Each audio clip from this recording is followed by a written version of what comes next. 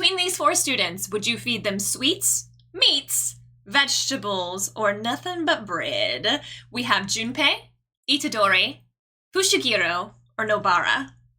Who would you feed what? Let me know in the comments below. Let's get to it. This is season 1, episode 14, starting in 3, 2, 1, play!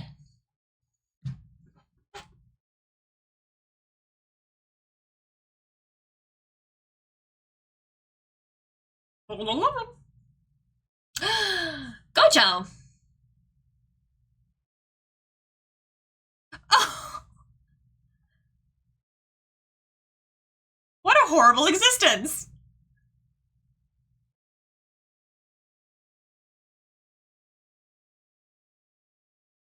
How many episodes is this kid gonna get naked in?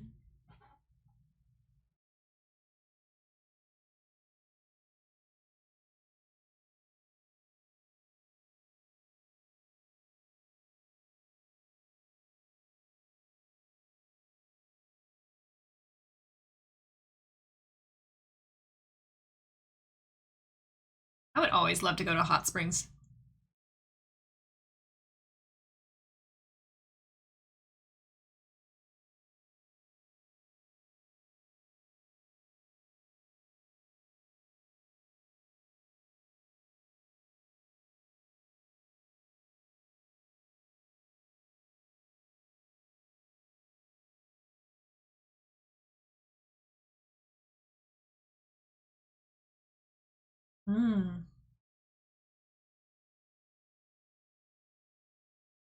Okay, learning more.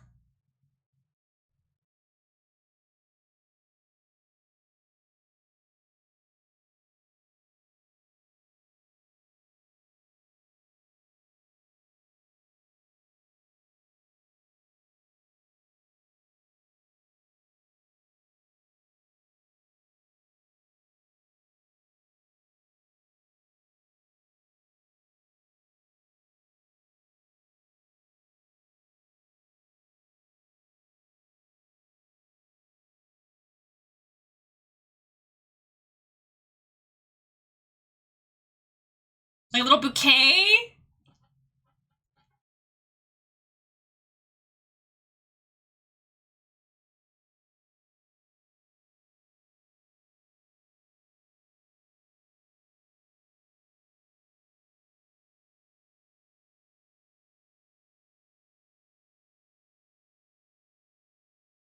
It's like a little cone!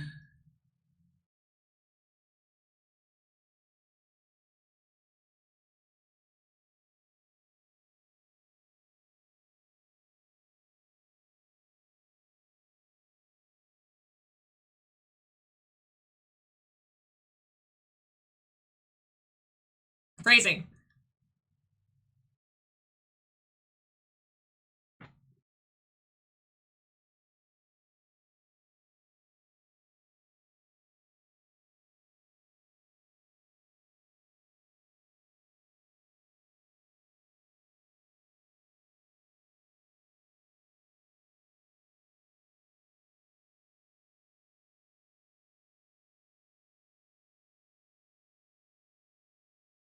Little fingy nuggies. Cat? Different opener? What? Bubbles. Oh no, does that actually... I should stop thinking Junpei's gonna come back alive, but I guess it is true. He was just for the first half of the chapter. Half of this, whatever, half of the season. Those things are so cool. And tasty.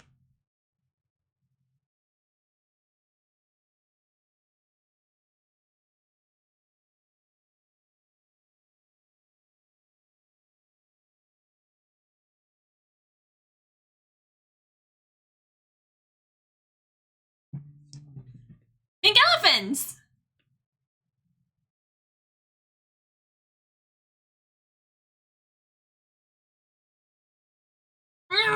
Getting to fight the tree guy?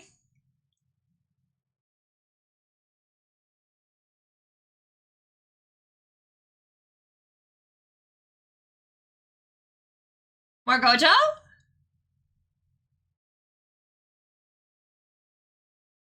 Dogo.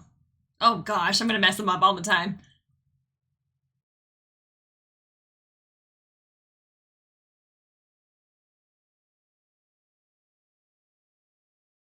Kyoto Sister School Exchange Event, Group Battle 0.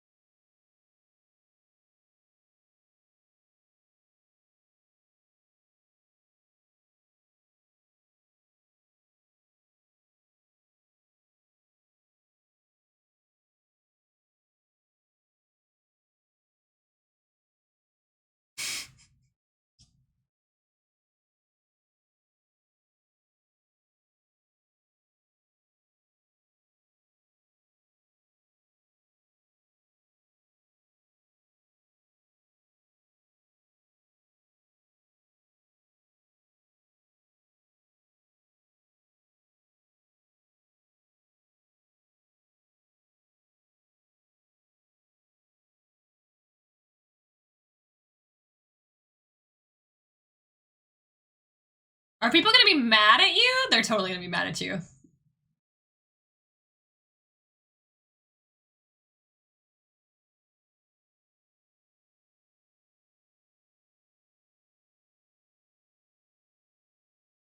Ah!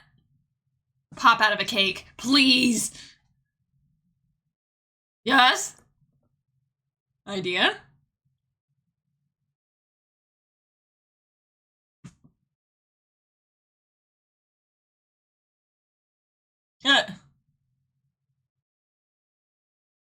Oh, if only.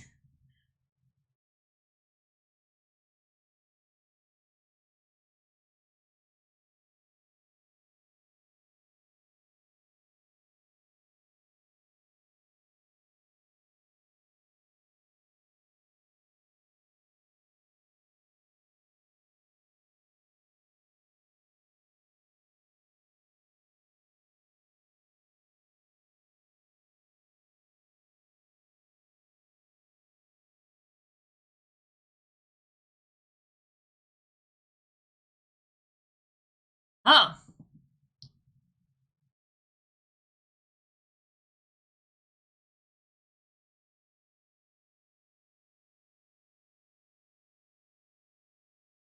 Ah!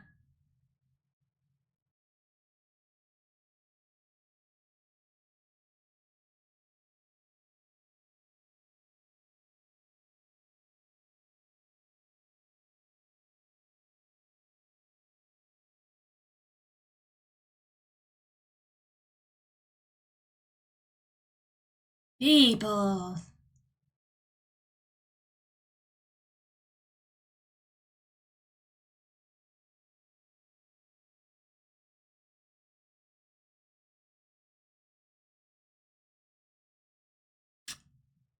My. Total.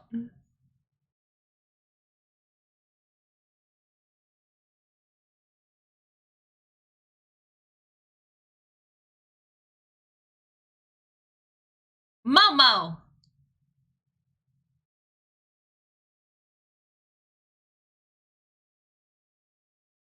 Mekamaru. Noritoshi Oshi.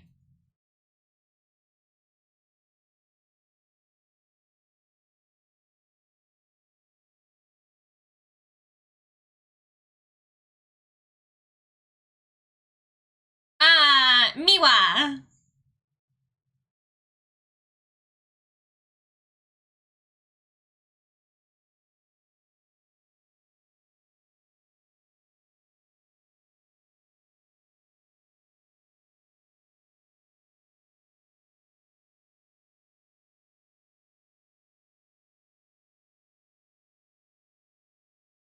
Is he inside?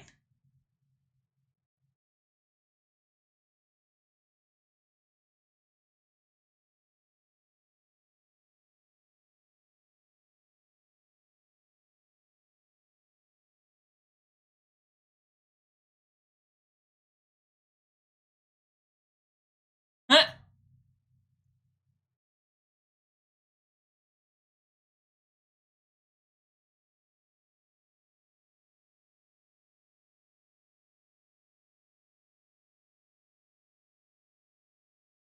Huh.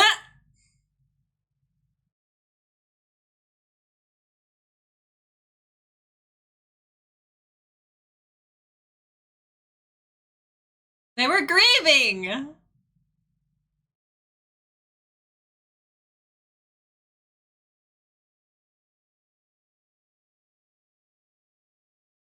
Ah! Well, yeah, dude, you surprised them. Yeah, the principal.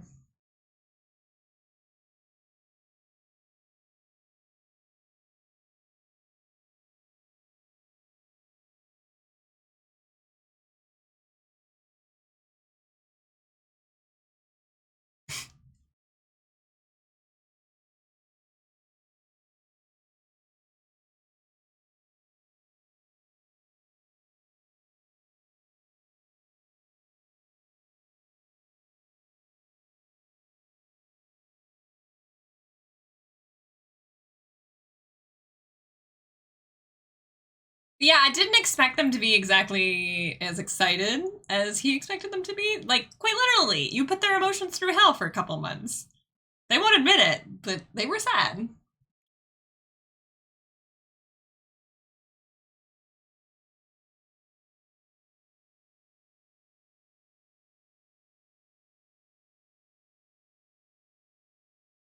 Wacky cursed spirit.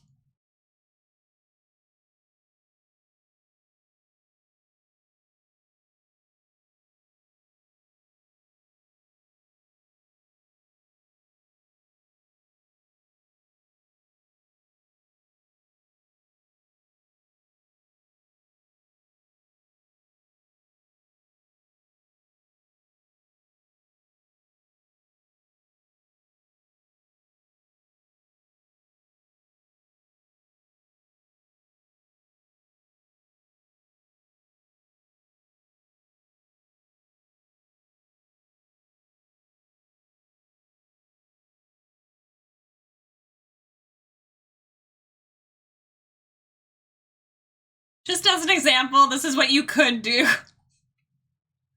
Goofy. Tokyo side meeting.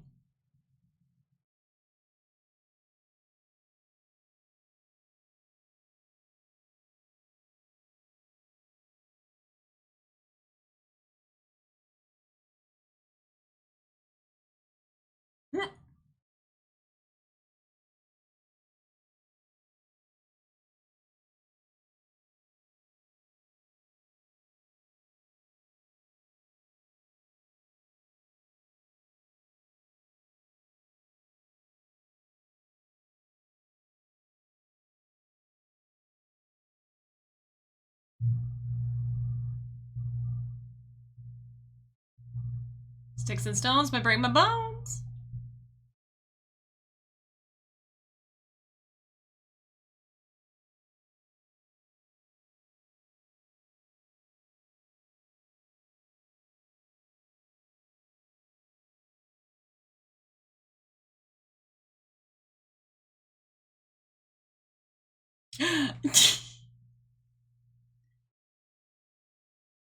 Oh yeah.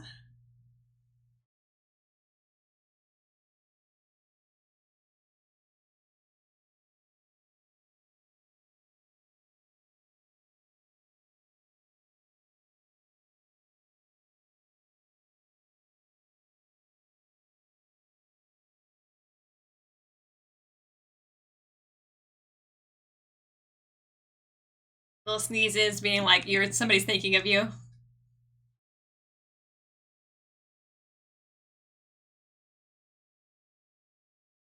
Why even say anything?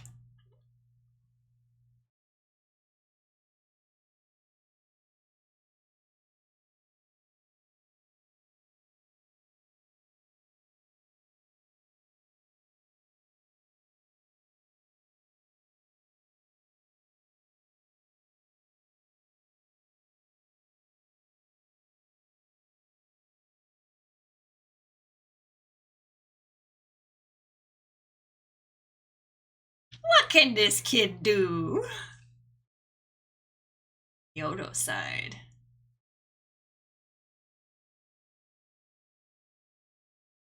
Oh.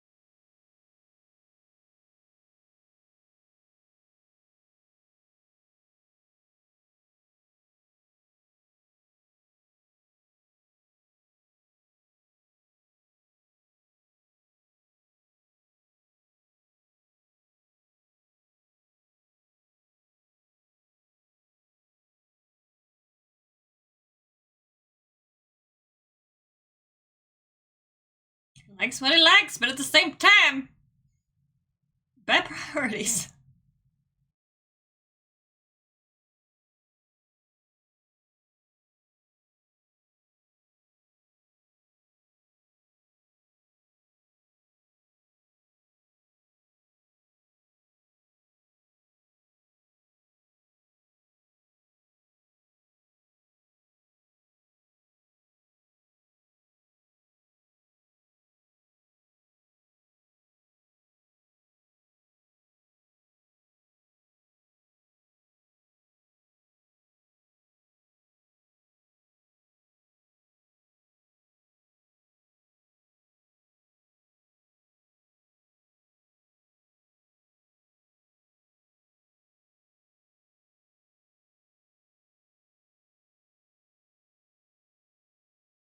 Hmm.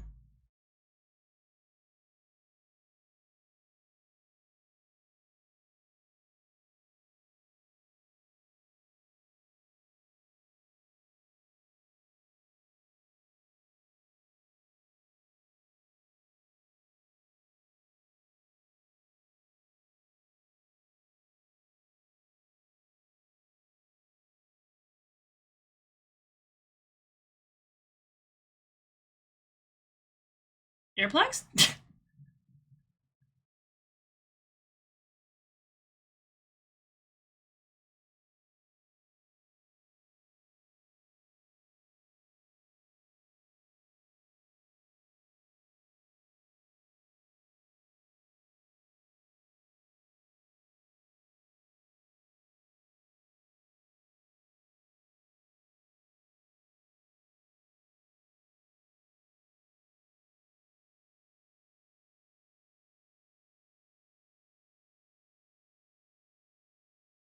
A student?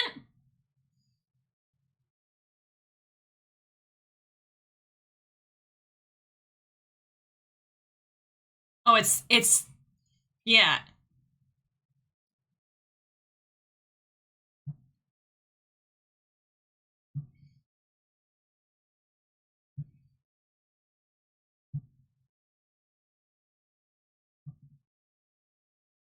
Boo. It's got to be the Stitchy guy. I think he's still part of the higher ups. I haven't like fully put that theory yet to test, but he said they can't know who I am twice now. So I assume he's somewhere big, someone big.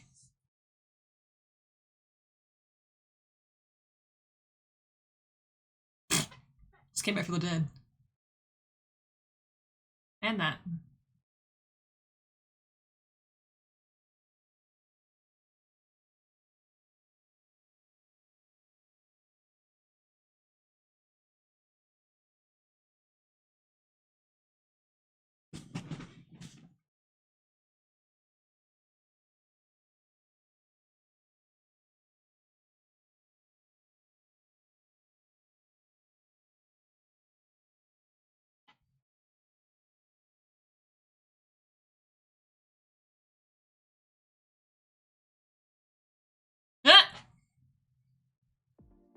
Yep. Well, it seems that we have officially closed the chapter of Junpei, because between the anime opening changing and them finally going off into the sister school exchange, it seems that we're going to divert our focus on something entirely different. So, final theory, Junpei is actually dead, and it is now lore for Itadori. I like that the curses are being as creepy as they are. They have a cult mentality. They're fully going on for like their greater good. They're going off to sacrifice themselves, collect as many like fingy nuggies as they possibly can to help Sukuna in the long run become like the cursed king, come back and have curses walk around like humans in charge of everything. That's gonna, everybody seems to be wanting to collect these fingies, which is gonna come be this giant fingy bouquet just right for Sukuna and Itadori and everybody to have later on. So like, I think we're gonna see Sukuna go to full power at some point. Everybody wants him to do it. It's just like, when do you take out Sukuna? When is it enough and just call it quits for Sukuna? Do you wait till half? Do you wait till like over half? Because if you give him all of them, he's gonna be too strong, right? That's the theory anyway. Don't think he should have showed up the way he did after going through 2 months of grieving him, as well as Fushiguro having him die literally in front of him and having to cope with that, being my friend died in front of me. Just feel like you could have done that a different way, especially if you wanted a reaction of like, oh my god, he's still alive, being one of the first things.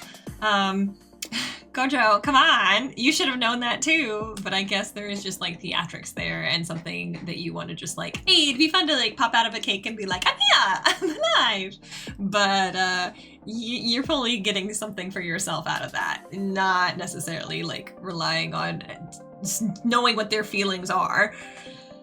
But I would say they took it quite well overall. We also have the entirety of the Kyoto class coming in because it is time for the Sister Exchange school event. And I'm very excited for this because it feels like the competitions that I want.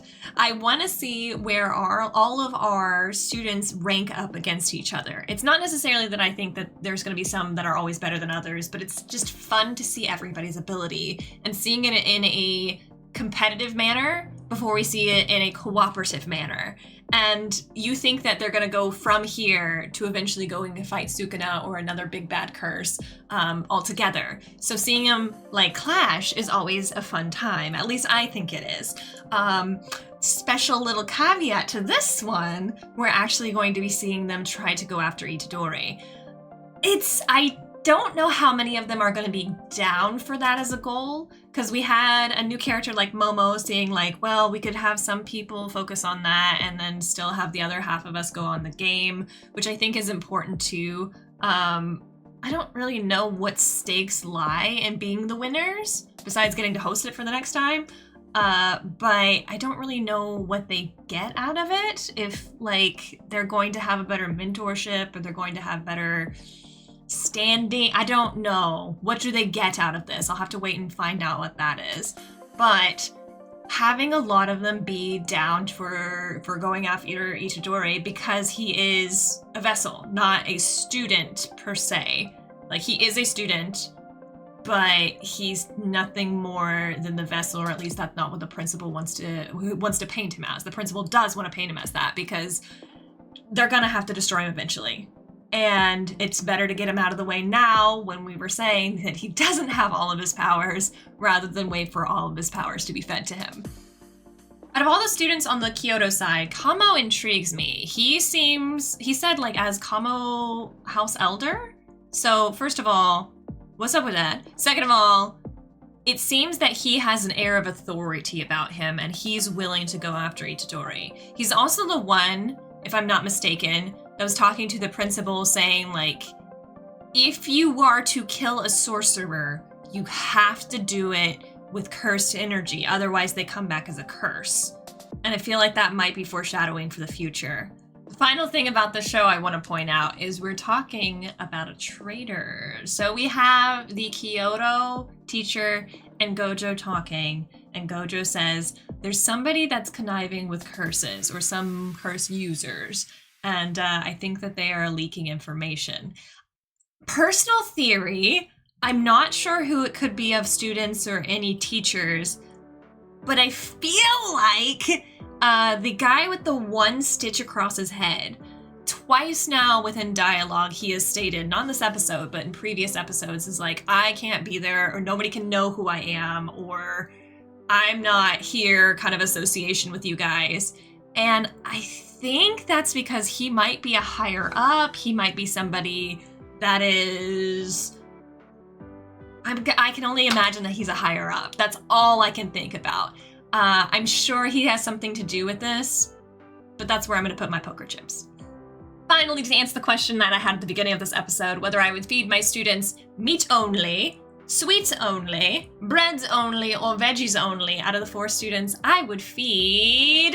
Fushiguro would have to have the meats because he has all the animals that are carnivores. We also have Itadori. I would probably make him eat his greens because he's a growing boy. I would make sure that Nobara had the little cinnamon buns or little like tiny little bread rolls. She deserves it. And last but not least, Junpei, you can have all the sweets. You need something sweet in your life. In the meantime, everybody, I hope you enjoy all that, and I'd love to know what you say in the comments below. I will see you next time. Bye for now. Mwah!